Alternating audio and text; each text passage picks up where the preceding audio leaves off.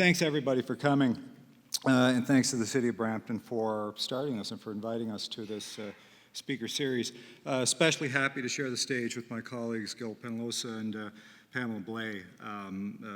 Very pleased to be able to do that tonight. So, I'm here to talk to you about arts and culture and city building. And first, a bit of an infomercial to get started. This is the company I work for, Lourdes Cultural Resources. And we've been around for about, well, for exactly, actually, 39 years. Founded in Rockton, Ontario, which I think is down Highway 9, or 8, rather, Highway 8, Rockton, Ontario in 1981.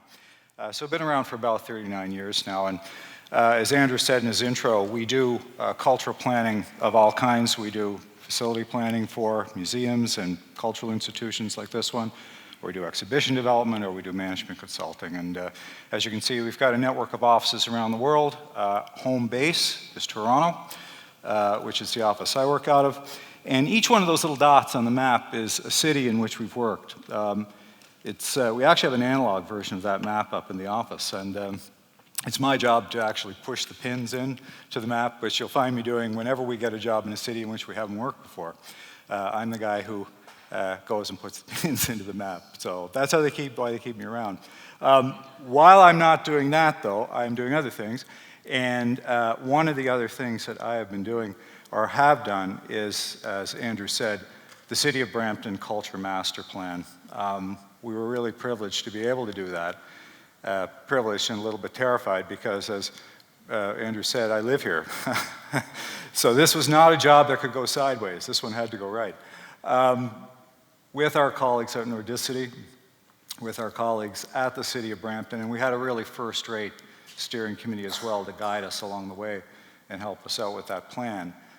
We did the work in 2017-18, got it approved by Council in June of 2018, and implementation is now underway. I'm going to try to come back to Brampton in more specifics later on in the presentation. So we will want to focus in on Brampton as much as we can. And I'll try to weave it through this talk as we go through it. But before we start that, let's do some definitions and get some of the, make sure we're all on the same page in terms of what we're actually talking about. What are we talking about when we talk about this thing called culture? Some days even I don't think I know what that is. And in this case, we actually do, when we go into a city, try to develop a definition that is very specific to the city in which we're working. And we did that here for this one. And what we came up with here, what does culture mean when we're talking about cultural planning for the City of Brampton? It's creative activities. Those are creative activities that are pursued either formally or informally. Formally, that's the kind of thing that happens here. It's formal, it's visible, happens at the Rose Theatre. Informal, a little bit different. We'll talk about that a little bit later. The kinds of things it includes, you can see it up there on the slide, art for art's sake, or education, creative industry. That's another thing that is going to go through this whole talk. Creative industry, and the fact that arts and culture is supported by innovation, entrepreneurship, and economic development, and vice versa. Arts and culture supports those things as well. So they work together, and there's a symbiosis there. And that is one of the characteristics, I think, of Brampton's Culture Master Plan, and one of the things we tried to build in. It's pretty nice that the work that we did with the Culture Master Plan fits really well with the work that was done in a parallel but separate process with the Brampton 2040 vision. There was a little bit of overlap between the two processes, but they were separate. But we ended up independently coming to more or less the same place, which was gratifying because it sort of ground truthed it a little bit and kind of helped us understand that maybe we were on the right track after all. So that was a good thing. I've been talking about culture master planning, but what is culture master planning? Again, let's try to set a definition for what it is we're talking about here when we talk about that. Culture master planning is not exactly new. We've been doing them at our company since probably the mid-90s or so. And we started doing them, it was pretty much all in the United States. Now, cities are on their second, third, some even fourth iterations of their original master plan. This was our first one in the city of Brampton, done in 2017-18. So at least we're on the board. We're on the board. We got some work to do, but we're on the board. What it is, says right up there in the definition, a municipally led process for identifying and leveraging cultural resources and integrating culture across all facets of the city. And what it's really about is helping a community thinking strategically about how to use those cultural resources to achieve bigger goals of the city. And that's what we were trying to do here. We're trying to link them together. Culture, as I said a minute ago, and arts not separated from economic development and not necessarily separated from other aspects of what a city is actually doing or what a municipality is actually doing. So that's cultural planning. We've done the first one here in Brampton. There'll be a refresh some years down the road, as there is in every city. But we're in the midst of implementing now. Taking a step back again before I talk more in detail about what we did here, we want to talk a little bit about why arts and culture are important at all. Why bother? Why is it important for city building? Let's look at this diagram. There's a number of bubbles in the diagram, and I'll try to take you through each one in turn. It's an economic engine, contributes to quality of life, it's a tool for revitalization, contributes to career success, builds community identity and pride, creates positive change in communities. So let's start with the first one. Oh, jumped ahead too far. Creating positive change in the community. Let's start with that one. The great thing about arts and culture in the community, when you've got an active arts and culture sector in the community, it builds cohesion. This is good in any community. But when you've got a community as multicultural and as polyglot as our community, it's a particularly good thing. It tends to unite the community by bringing generations together. It encourages partnerships, encourages intergenerational understanding. And the second point, it builds bridges between disparate groups. It brings people together, helps people feel more control of their lives, and creates engaged citizens. We did a pretty extensive public consultation process for our Brampton Culture Master Plan. Speaking of that last point, creating engaged citizens, and we noticed that not only did people want to talk about it, people wanted to keep talking about it. We didn't want us to stop. They wanted to make sure that we had put in place mechanisms so that they could continue to talk about how culture could benefit the community, how we could leverage those resources for the bigger civic goals going forward. So in this case, we saw in our microcosm of the cultural planning process that in action, creating engaged citizens. But generally speaking, it is one of the benefits of arts and culture that it does create positive change in the community. It also builds community identity and pride.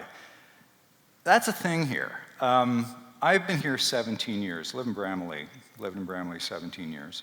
I remember when we were thinking of moving here, and someone in our office said, you know what, don't move to Brampton. Move to North York, move to Mimico, move somewhere else, but don't move there. It's just a bedroom community, it's nothing. So there was an image problem here. Still kind of is, but it's come a long way since 2002 when I moved here. But still, we noticed in the cultural master planning process that it was still something we've got to work on.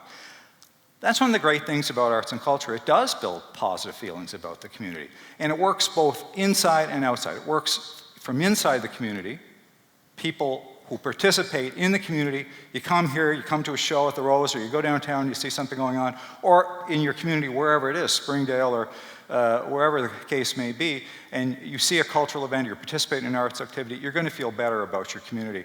And that's been shown by some of the studies that we've been referencing and keeping our eye on through our work. It also works from the outside in, which is to say it positively affects the city's image. Back in 2002, the little anecdote I told you, we didn't have that good an image outside the city. They're all right, but they're kind of boring. That was sort of the image. Again, it's improved, but arts and culture can help improve a lot more.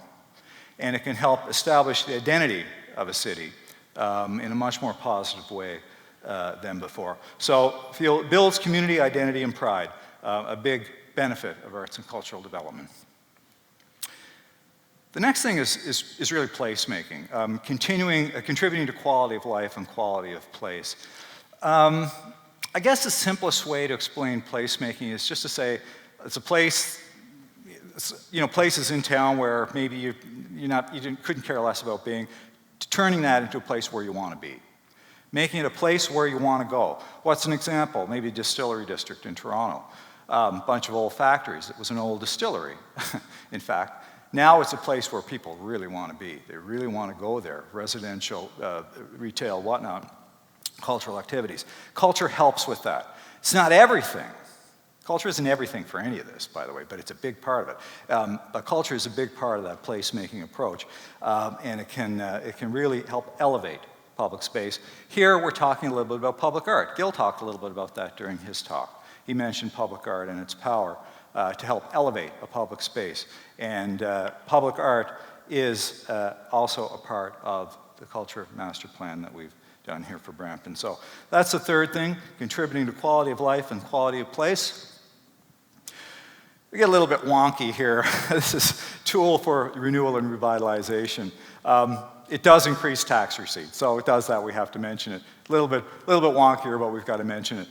The example we like to use is through what we've noticed in Phoenix, Arizona. Gil was just there yesterday, he was saying, but I'm going to go back to Phoenix now and mention that as our example. Phoenix developed a cultural hub, and they noticed that tax receipts in that cultural hub for that area increased on the order of 105%. It's a pretty major boost. At a time when the rest of the city as a whole had a decrease of about 1% in overall tax receipts. So really bucked the trend, and it's a tool for renewal and revitalization because you can use that money. You can use that money, for some of the good things he was talking about, to build up your city. So that's one of the great things about it. A little less wonky is the increase in competitiveness and the decrease in crime. In Chicago, there was a study done along these lines for lower income communities that had a really active arts and culture participation. And they noticed improvements on the order of about 5 to 10% on school scores or housing value. Crime decreased as well. So it's got real benefits in terms of revitalizing a city and revitalizing an area. I like this one because it focuses on youth. Contributes to career success. First couple points up there talk about how many artists there are in the workforce in Canada, and that's great, but it goes a lot deeper than that. It is true that we've got about, in all cultural industries, and that's everything from museum work to TV production to you name it, we've got about 4% of the total workforce in Canada, so not insubstantial. But the real point I want to make is its contribution to skills development that you can use wherever in the workforce. And so we notice that creativity and the kinds of things that arts and cultural participation do for a person is one of the top 3 desired skills by employers, especially when it's integrated with general education. And that's why the arts is so important, actually, in general education. Not a frill. It improves complex problem solving, improves critical thinking, improves that creative outlook that employers are looking for and makes you more employable in the long run. So that's one of the other things. Executives have noticed that there was a study, and it was called, I just want to refer to it here, Unmasking Business Success, Executive Perceptions of Arts Engagement and Workforce Skills. This study noted that 50% of executives credited arts and cultural training or participation as part of the secret of their success. They pointed to that as something that was critical for them to get to where they were. So this is another, I think, good reason to invest in arts and cultural infrastructure. Kind of all the stuff we've been talking about has to do with economic engine. And as I said earlier, it's one of those threads that goes through this, talk. Arts do create economic growth, and most of us have seen statistics like this, a whole bunch of GDP.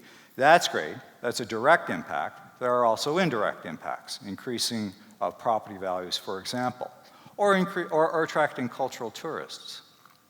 I learned something in preparation for this talk that I didn't know before, actually my researcher pointed it out, the person who was helping me put it together. And she said to me, do you know that 68% of all tourism in the United States is driven by arts and culture? That makes sense when you think about it. If you go to LA, you're probably going to go to the Hollywood Walk of Fame, or you're probably going to go to the Getty. If you go to New York, you're going to go to the Met, probably, or you're going to go to the MoMA or something like that. You're going to go to a show on Broadway. You're going to go there because of this stuff. Cultural tourists are really attractive kinds of tourists, by the way. And this has been known for a long time. I think we first noticed it in our work, in the early 90s, early to mid-90s. The cultural tourists, they stay longer and they spend about twice as much as tourists who are not primarily motivated by culture. So they are particularly attractive groups of tourists, and of course, how do you get them? You have to have a product to put on offer. So attracting cultural tourists is a big part of that economic growth. I want to apply, just to look around at some of the success stories that we've noticed in our work across the continent. And just referring back to our diagram, just a refresher on the main benefits of arts and culture: economic engine, placemaking, career success, urban renewal, identity and pride, positive change. Just want to refresh you with that, and then go to our first example. All of these bleed into one another, by the way, but we tried to categorize them the best as we could. This one we've kind of categorized as building community identity and pride. This is SteelStacks in Bethlehem, Pennsylvania, which is a cultural district on the site of a former U.S. steel plant. If you know Bethlehem, Pennsylvania, you know that their identity was almost entirely wrapped up with U.S. Steel for decades. Not so much anymore. But what they've done is they've taken that old asset and they've kind of reclaimed it. The work of public art that you see there is called, I've got this written down someplace, I should know it, the bridge. It's called the bridge, and it's a piece of steel with a lot of fire on it. But it really it speaks to a reclaiming of that identity as a former steel town. And you can put whatever metaphor you want on that, right? We're annealed, we're hardened people, we're tough, we've been through it. But that work of art there is installed at a location that now draws 2 million people per year to its indoor and outdoor performing arts and other events that happen there. Now, a lot of those people are repeat visitors. It's a good thing, though. People are coming back, and they're coming back, and they're coming back. But it's 2 million people a year that come to this former steel plant site. Big success story, big investment in community pride and reclamation of it. This one here is about career success. This is a small program, but we really like it in San Francisco. It's called Spotlight on the Arts. And half the reason we really like it is because of the name of the organization that sponsors it.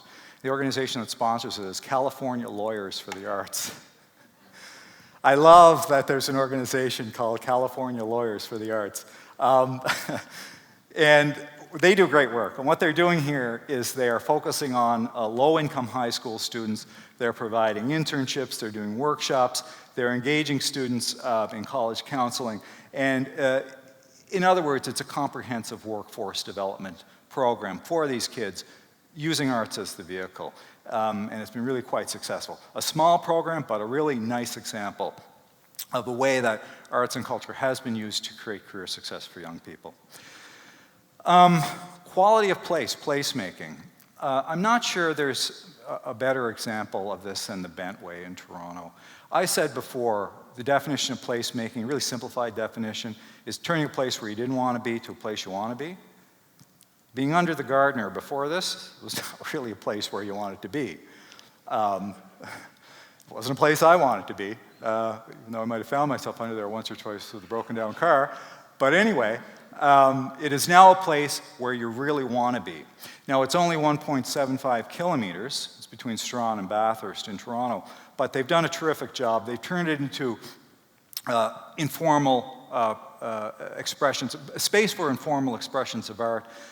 You can have, there's recreational space. There's, as you know, a skating rink and a bike lane, a skating rink in the winter, a bike lane in the summer. It's a perfect example of turning a space where you wouldn't be caught dead before to a space where you really want to be. And I really think it's a great example of that. Newark, New Jersey, a place that could use some positive change, and they got some through this Riverfront Revival program. This started in 2008, and it was started by an independent community organization. And what they said was, look, you know, our people have forgotten that we even have a river. They do. We haven't connected people to the river. Let's start doing that. And so at first it was very programmatically based, because this was a not-for-profit organization with limited resources. So they were taking people on tours of the river. They were like heritage tours. They got a boat and they started to do boat tours. And they started to do things like that. And they started a slow process of connecting people who lived in Newark back to the river, I guess the source of why Newark is even there in the first place. And the local governments took notice.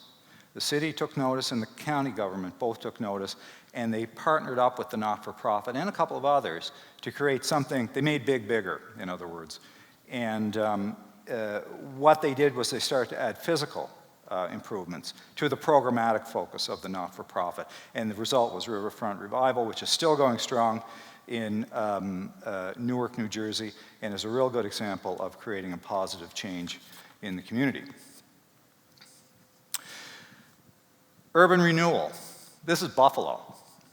If you were around in the Golden Horseshoe about 60, 70 years ago, you know that you went to Buffalo for your urban life. That's changed. Doesn't happen that way anymore. Now they come here. Because Buffalo underwent decades of deindustrialization and depopulation, and they badly needed urban renewal.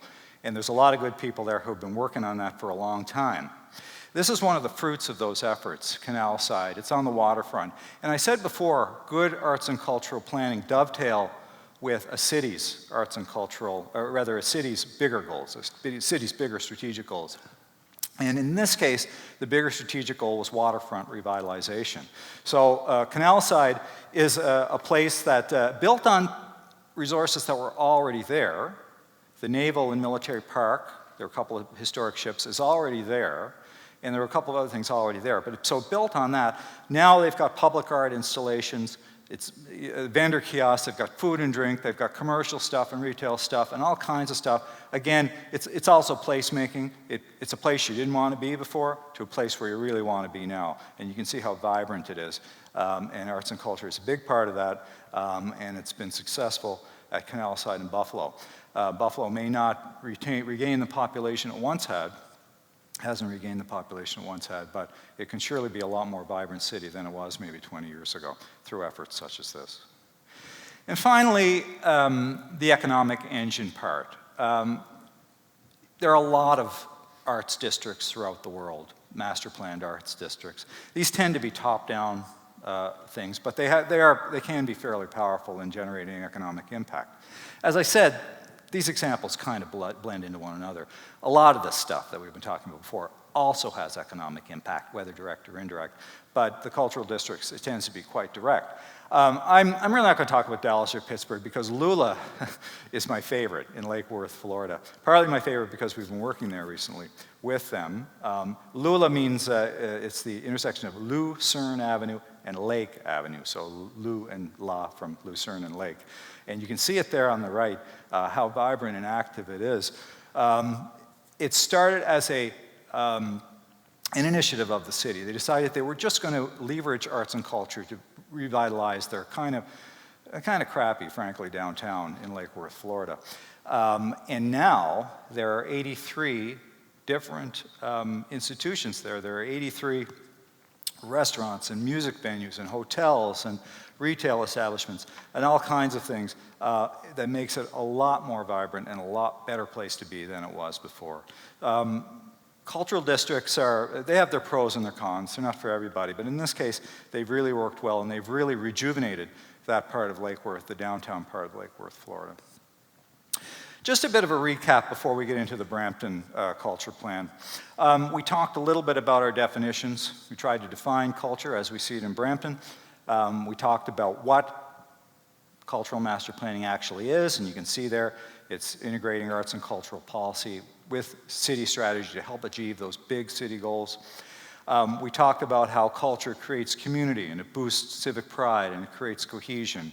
culture elevating public spaces, and most importantly, or in a penultimate way, I think, in terms of the plan we're going to talk about, arts and culture go hand in hand with economic success. One supports the other, and vice versa. And so how have we done it here? How has Brampton planned for culture? This is a bit of methodological detail.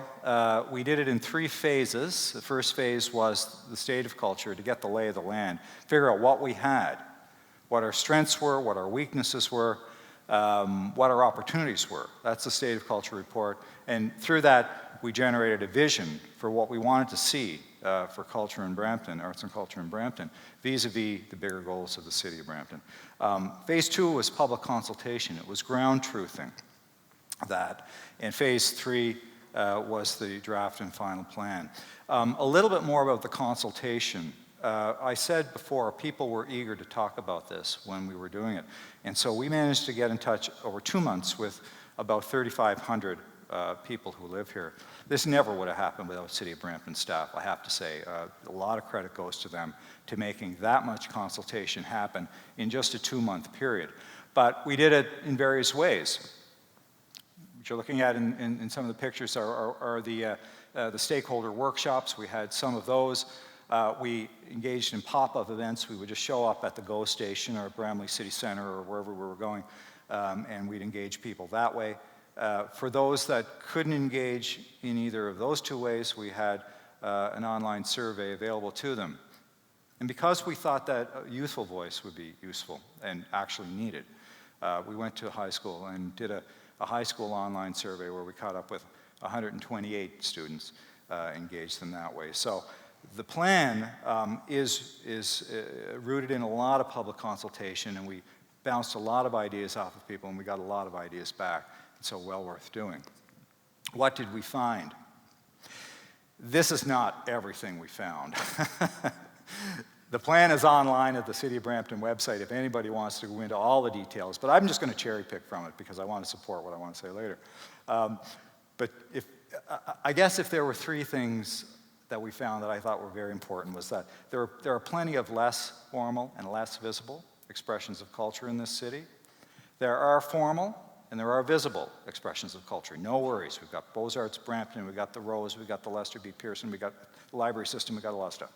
But there's a lot of stuff that you don't see as well going on under the surface, a lot of stuff bubbling up. And that's one of the things that came out of particularly the youth consultations. They say, you're not getting us. We're doing this stuff, and we want you to notice. So that's one of the things we did notice. This is a youthful and a diverse city, and there's a lot of energy in that community and a lot of entrepreneurial energy. And the second point is that creating spaces for people to get together and bounce ideas off of one another, we think will lead to a cross-cultural fusion, a kind of creation of a unique identity for Brampton in terms of its arts and cultural identity.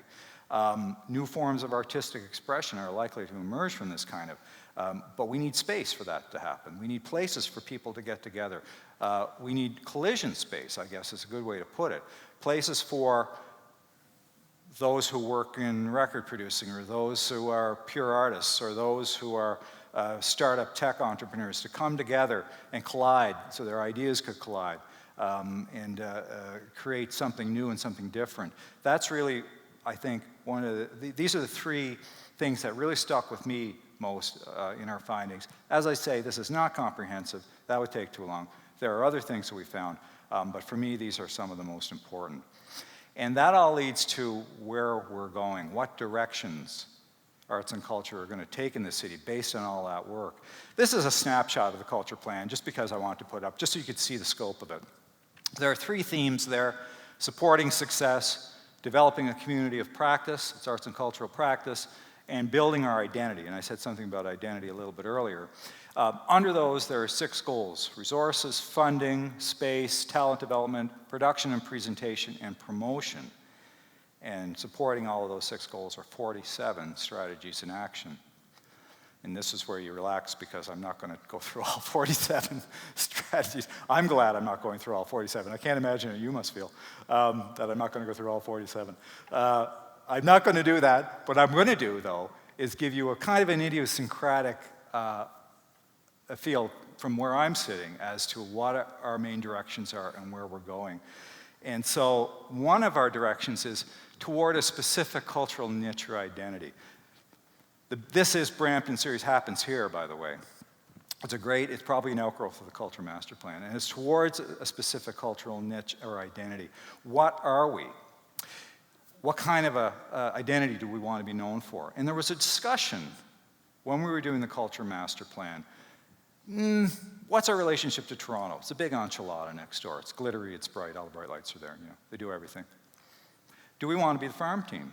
Talent incubator, do you want to do that?